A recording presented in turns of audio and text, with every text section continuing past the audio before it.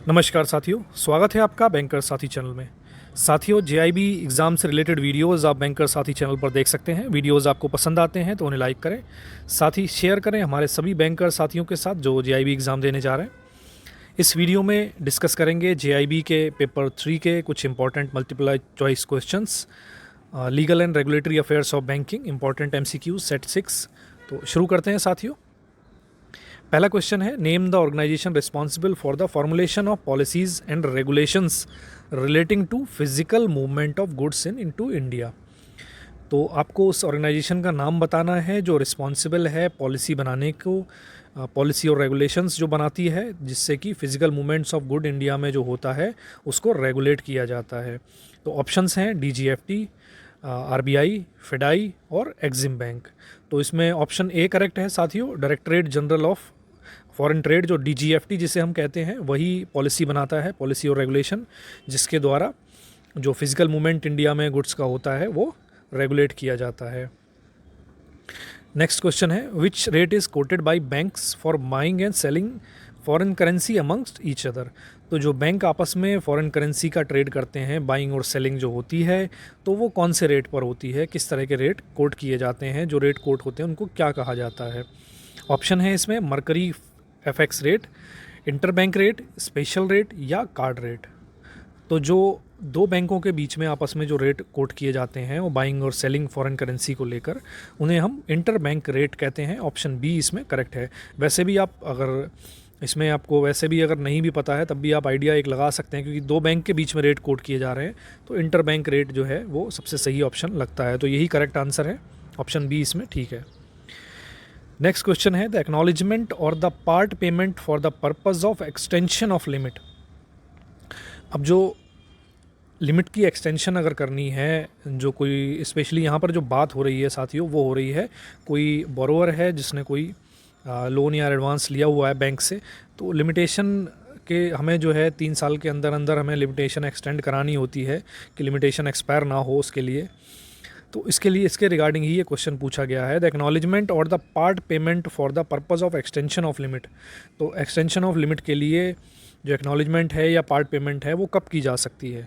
तो ऑप्शन है इसमें can be any time, second option है can be any time before expiry of limitation, third है can be any time after expiry of limitation, fourth है can be before और after expiry of limitation. तो option B इसमें correct है, can be any time before expiry of limitation. कभी भी की जा सकती है लेकिन लिमिटेशन एक्सपायर होने से पहले ये एक्नॉलेजमेंट हो जानी चाहिए।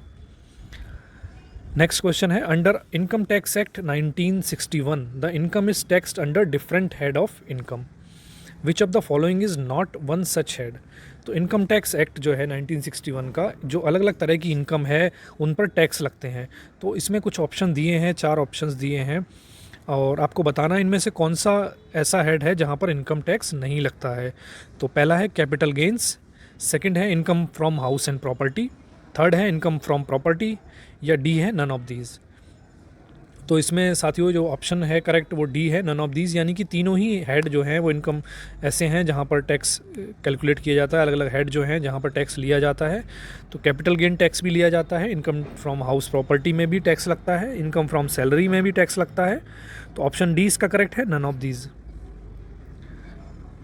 नेक्स्ट क्वेश्चन है, the district consumer protection council holds meeting the periodicity of which is dash. तो यहाँ पर बात कर रहे हैं जो डिस्ट्रिक्ट कंज्यूमर प्रोटेक्शन काउंसिल होती है उसकी मीटिंग होती हैं, ये इसने बता दिया। अब इसकी पीरियोडिसिटी पूछी है कि कितने कितने दिन बाद में ये मीटिंग होती है। ऑप्शन है once in a year, option B है twice in a year, once in every quarter और वंस इन एवरी मंथ। तो साल में होती है, 2 बार होती है, या क्वार्टरली होती है, या मंथली होती है। अब इसमें साथियों करेक्ट आंसर है ट्वाइस इन अ ईयर। वैसे तो इसमें कहा गया है कि जब भी ज़रूरत हो तब डिस्ट्रिक्ट कंज्यूमर प्रोटेक्शन काउंसिल जो है एज़ पर रिक्वायरमेंट जो है मीटिंग करती रहेगी, लेकिन ये मीटिंग जो है साल में 2 बार होनी ज़रूरी है, कम से कम 2 बार तो मिलना ही है। यानी कि 6-6 महीने के टाइम पर जो है मीटिंग इनकी होनी ज़रूरी है, बाकी उससे ज़्यादा भी हो सकती हैं। अगर बीच में कभी ज़रूरत पड़ेगी तो मीटिंग बुलाई जा सकती है। ऑप्शन बी इसका करेक्ट आंसर है। The difference between partners on the matter relating to business of partnership can be decided by. तो पूछा गया है कि अगर कोई पार्टनरशिप फर्म है जहाँ पर अलग अलग पार्टनर्स हैं और किसी मैटर को लेकर उनमें आपस में डिस्प्यूट है, डिफरेंसेस हैं, अगर वो एग्री नहीं कर पा रहे हैं तो वो मैटर किस तरह से डिसाइड किए जाएंगे। अब ऑप्शन है इसमें A, majority of the partners if it is an ordinary matter and all the partner if it relate to the change in business of the firm. Second है all the partner for all the matter. Third है majority of partners for all the matter. या D है all of the above. यानी कि अगर कोई matter कोई मान लीजिए 4 पार्टनर हैं और 3 पार्टनर एक तरफ एग्री हैं और चौथा पार्टनर एग्री नहीं है तो किस तरह से मैटर सॉल्व किया जाएगा। तो ऑप्शन ए इसमें करेक्ट है कि अगर जो ऑर्डिनरी मैटर्स हैं तो वहाँ पर जो है मेजॉरिटी से डिसीजन होगा, यानी कि 4 पार्टनर हैं तो 3 अगर एक तरफ हो गए तो वो डिसीजन ले लेंगे, वो डिसीजन माना जाएगा। लेकिन अगर कोई मैटर ऐसा है जहाँ पर business of the firm change हुआ जा रहा है तो फिर वहाँ पर क्या है, सभी पार्टनर की जो है कंसेंट जो है वो ज़रूरी है। 4 पार्टनर हैं तो चारों की कंसेंट वहाँ पर होनी चाहिए। ऑप्शन ए इसमें करेक्ट आंसर है। नेक्स्ट क्वेश्चन है, under sale of goods act if the stipulation agreed to between parties is essential in the main purpose of the contract such stipulation is called. Option है condition, B है warranty, C है guarantee या D है implied condition.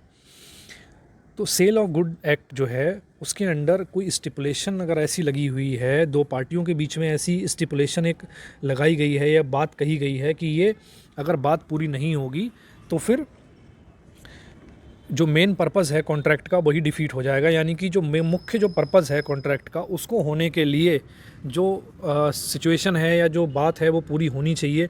तो ऐसी कोई अगर important कोई वो चीज़ है तो उसको हम क्या कहेंगे।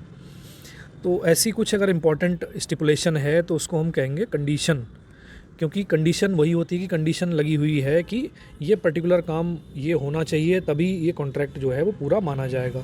तो जो इम्पोर्टेंट स्टिपुलेशन होती हैं जो कि मेन पर्पज़ ऑफ कॉन्ट्रैक्ट के लिए एसेंशियल होती हैं उन्हें हम कंडीशन कहते हैं। ऑप्शन ए इसमें करेक्ट है। अब नेक्स्ट क्वेश्चन है, position is with the mortgagee in. Option इसमें 3 जो है मॉर्टगेज के बारे में कहा गया है, बताना है किसमें पोजीशन मॉर्टगेजी के पास रहता है। पहला है कंडीशनल मॉर्टगेज, सेकंड है सिंपल मॉर्टगेज, थर्ड है इंग्लिश मॉर्टगेज। तो इसमें पूछा गया है कौन सी मॉर्टगेज में जो पोजीशन है वो मॉर्टगेजी के पास रहेगा। तो इसमें ऑप्शन 1 सही है, पहला और दूसरा, यानी कि कंडीशनल मॉर्टगेज में और सिंपल मॉर्टगेज में। साथियों इसमें ये शायद गलत हो गया है, क्योंकि इसमें इंग्लिश मॉर्टगेज में भी जो पोजीशन है वो मॉर्टगेजी के पास रहता है और कंडीशनल मॉर्टगेज में भी पोजीशन जो है मॉर्टगेजी के पास रहता है। तो इसको आप एक बार अपने पास से चेक कर सकते हैं। नेक्स्ट क्वेश्चन देखते हैं। Fiscal policy refers to a sale and purchase of securities by RBI. Second है government taxes expenditure and borrowings. Third है government borrowing from abroad. D है sharing of its revenue by central government with states. तो fiscal policy साथियों क्या होती है, physical policy जो होती है वो बात करती है गवर्नमेंट के जो टैक्सेस हैं, एक्सपेंडिचर हैं और बोरोइंग्स हैं, कि कितनी बैंक के जो गवर्नमेंट है उसके पास कितनी इनकम आ रही है और कितना वो एक्सपेंडिचर कर रही है। तो ऑप्शन बी इसमें करेक्ट आंसर है। Civil dispute up to dash can be settled under Lok Adalats. तो कोई सिविल डिस्प्यूट है वो कितने लाख तक का जो है, किस अमाउंट तक का है जो लोक अदालत सेटल कर सकती हैं। तो ऑप्शन ए है इसमें 5 लाख, बी है 10 लाख, सी है 15 लाख, डी है 20 लाख। तो लोक अदालत जो होती हैं वो अप टू 10 लाख तक के जो डिस्प्यूट हैं वो सेटल कर सकती हैं। Bank companies can promote a subsidiary for the business activities mention. तो बैंक कंपनीज जो होती हैं वो सब्सिडरीज़ को प्रमोट करती हैं जो बिज़नेस एक्टिविटी मेंशन है कहाँ पर। तो वो सभी जो बिज़नेस एक्टिविटीज़ कर सकती हैं जो कि मेंशन है कहाँ पर, section 6(1) of banking regulation act. Option इसमें दे रखे हैं, regulation passed by there board of director in article of association, या 6 subsection 1 of banking regulation act, या फिर सेक्शन 22 ऑफ BR एक्ट। तो ऑप्शन इसमें सी करेक्ट है, section 6 subsection 1 of banking regulation act, क्योंकि इसमें ही वो सारे बिजनेस एक्टिविटीज़ दी हुई हैं जो बैंकिंग कंपनीज़ को परमिटेड हैं, जो वो कर सकती हैं। नेक्स्ट क्वेश्चन है, what are the main issues with which SARFAESI act 2002 deals with.